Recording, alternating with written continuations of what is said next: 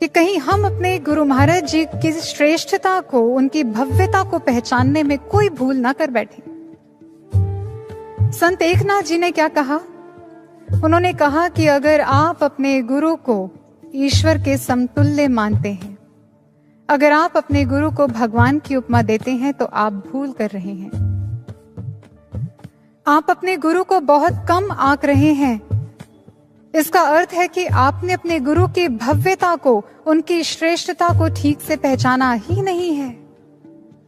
गुरु भक्तों, पूछिए अपने आप से, हमारे गुरु महाराज जी श्रेष्ठ क्यों हैं? ये तथ्य तो है ही कि उन्होंने हमारी योग्यता अयोग्यता देखे बिना ही अपने जीवन की तपस्या का फल, ये ब्रह्म ज्ञान उन्होंने सहज ही हमें दे दिया। लेकिन इसके साथ साथ ऐसा बहुत कुछ है जो उन्हें सबसे अलग, सबसे खास, सबसे विशेष, ईश्वर से भी विशेष, ईश्वर से भी श्रेष्ठ बना देता है। ईश्वर के हाथों में तो हम बहुत सारे आयुध, अस्त्र शस्त्रों को देखते हैं, लेकिन हमारे महाराज जी के हाथों में प्रेम से सराबोर गायों के लिए रोटी, बत्तखों के लिए दाना और अपने भक्तों के लिए प्रसाद होता है। कण कण में रहता हुआ भी ईश्वर हमारे हृदय की सुनकर उत्तर नहीं दे पाता, लेकिन हमारे महाराज जी को तो कहने की भी आवश्यकता नहीं पड़ती है। वो तो बिना बोले सब कुछ जान लेते हैं और हमारे मन के हर भाव को पढ़कर उसका समाधान करने के लिए उद्यत हो जाते हैं।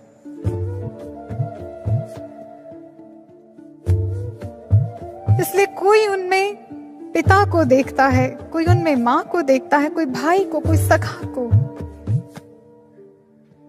सबका अपना अपना नाता है गुरु महाराज जी से, और भावों से बंधे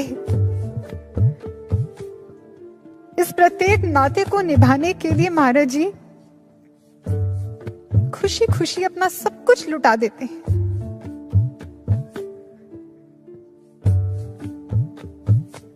फिर चाहे ये सब कुछ करने में उन्हें स्वयं कितना ही कष्ट क्यों ना सहना पड़ता हो, वो उफ तक नहीं करते।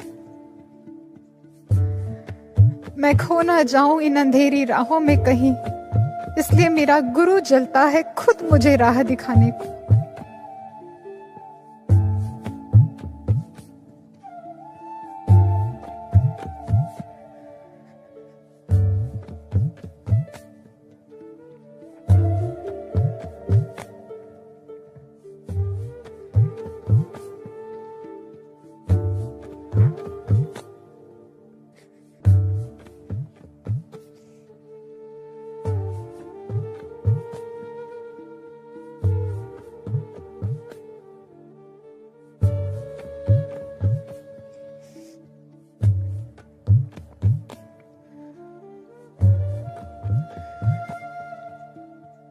हमने कितनी ही कमियां क्यों ना हो, हमने कितनी ही गलतियां की हो, कितनी बार हम विकारों के आगे कमजोर पड़े हों, कितनी बार अपने आदर्शों से गिरे हों, महाराज जी ने कभी नहीं हमें ठुकराया, हमेशा हमें आगे बढ़ाया, उत्साह से, उत्साह का संचार किया। एक बार नहीं, बार बार हमें सुधरने का अवसर दिया। ऐसा कौन करेगा हमारे लिए? इसलिए तो गुरु महाराज जी हम सबके दिलों पर राज करते हैं, इसलिए तो वो हमारे हृदय के महाराज हैं। फिर ऐसे गुरु की पूजा हम क्यों ना करें? लेकिन गुरु की पूजा क्या केवल अक्षत रोली चंदन से की जाती है? नहीं।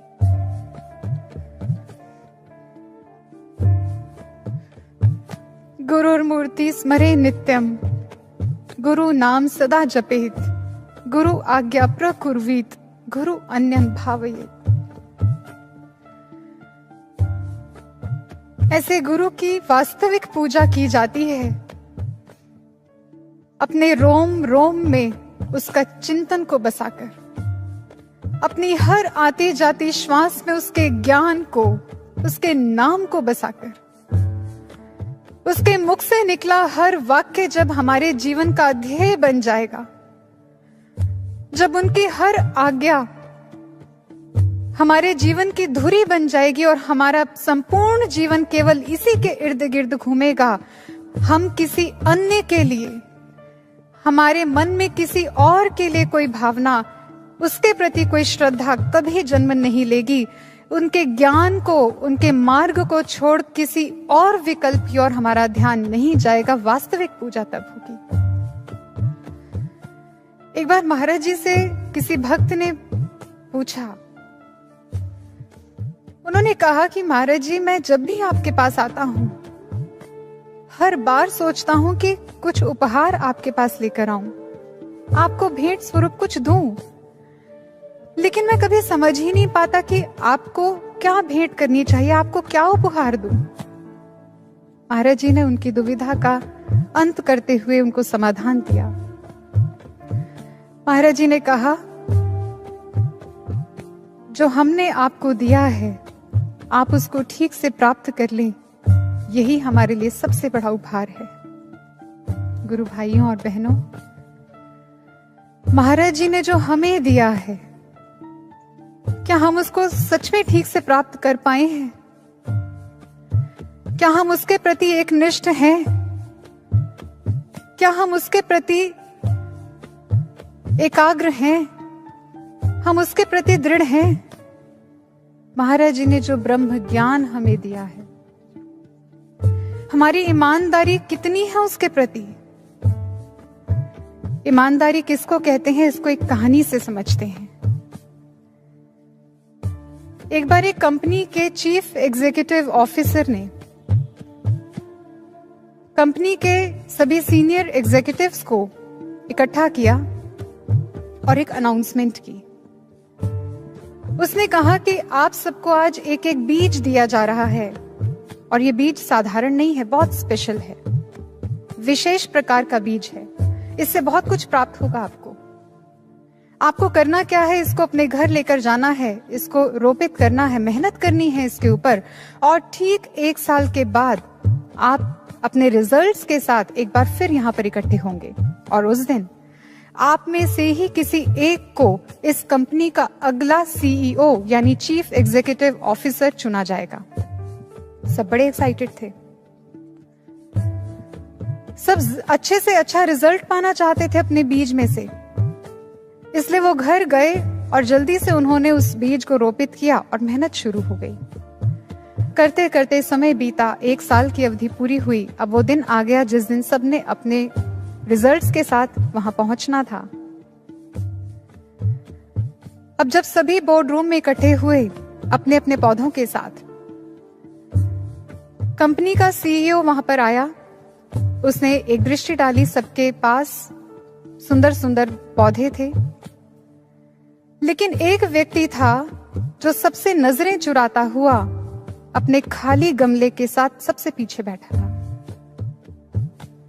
उसने उस व्यक्ति को उसके गमले के साथ आगे बुलाया और उससे इसका कारण पूछा। उस एग्जीक्यूटिव ने बताया कि किस प्रकार पूरा साल मेहनत करने के बावजूद भी पौधा तो दूर, एक कोपल तक नहीं फूटी। तुमने मेहनत की थी, बिल्कुल लगन से की थी, क्योंकि सीईओ देख रहा था कि आज भी खाद फ्रेश है और पानी उसमें डला हुआ है, तो मेहनत तो उसने की है।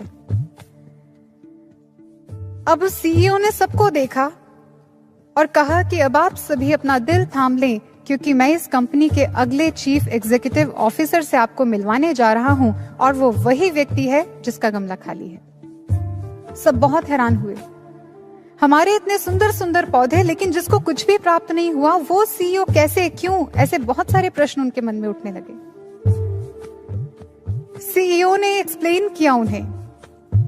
उन्होंने कहा कि 1 साल पहले जब बीज मैंने आपको दिए थे, मैंने आपको कहा था कि ये विशेष प्रकार के बीज हैं, इनसे बहुत कुछ प्राप्त होगा, लेकिन आप लोगों ने क्या किया?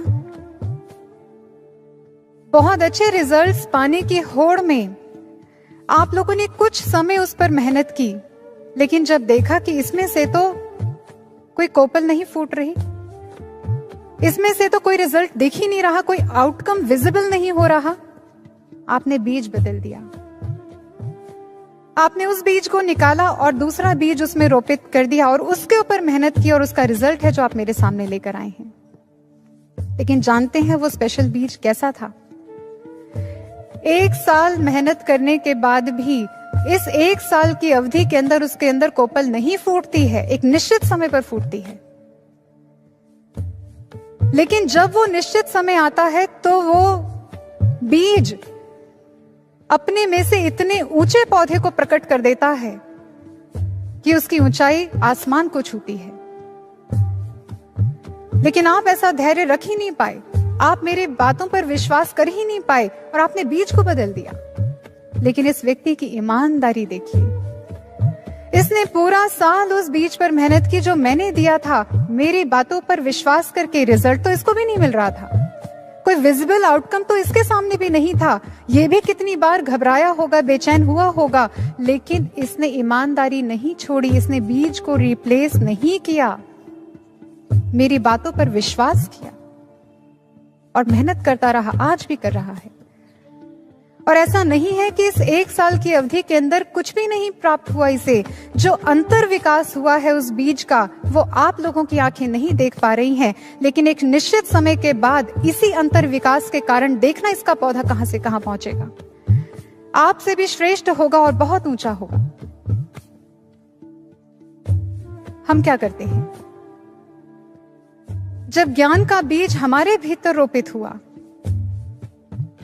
हमें जिस दिन से ज्ञान मिला है उसी दिन से हमारे भीतर भी सकारात्मक परिवर्तन आना शुरू हो चुका है। फिर बेशक बहुत जल्दी हमें बाहर इसका आउटकम, बाहर इसका रिजल्ट देखने को ना मिले, हमें ऐसा लगता होगा कि हमें तो कोई चेंज दिखाई नहीं दे रहा, लेकिन अपने भीतर, अपने अंतःकरण में झांक कर देखें, जिस दिन से ज्ञान लिया है आप इसको महसूस करते हैं कि उसी दिन से हमारी सोच में, हमारे विचार में, हमारे चिंतन प्रवाह में एक सकारात्मक परिवर्तन आया है, एक अपलिफ्टमेंट आई है। हम अब वैसे नहीं हैं अंदर से जैसे पहले हुआ करते थे, बहुत पॉजिटिव चेंज है। इसलिए अंतर विकास तो हो रहा है, लेकिन एक निश्चित अवधि, एक निश्चित समय के बाद जो इस ब्रह्म ज्ञान पे दृढ़ होकर चलने के बाद हमें प्राप्त होगा, ये ज्ञान एक समय पर आकर अपनी संपूर्ण भव्यता के साथ जब प्रकट होगा, प्रत्यक्ष होगा इसका परिणाम, तो केवल आप और हम नहीं, ये पूरी दुनिया, पूरा विश्व इसका साक्षी बनेगा।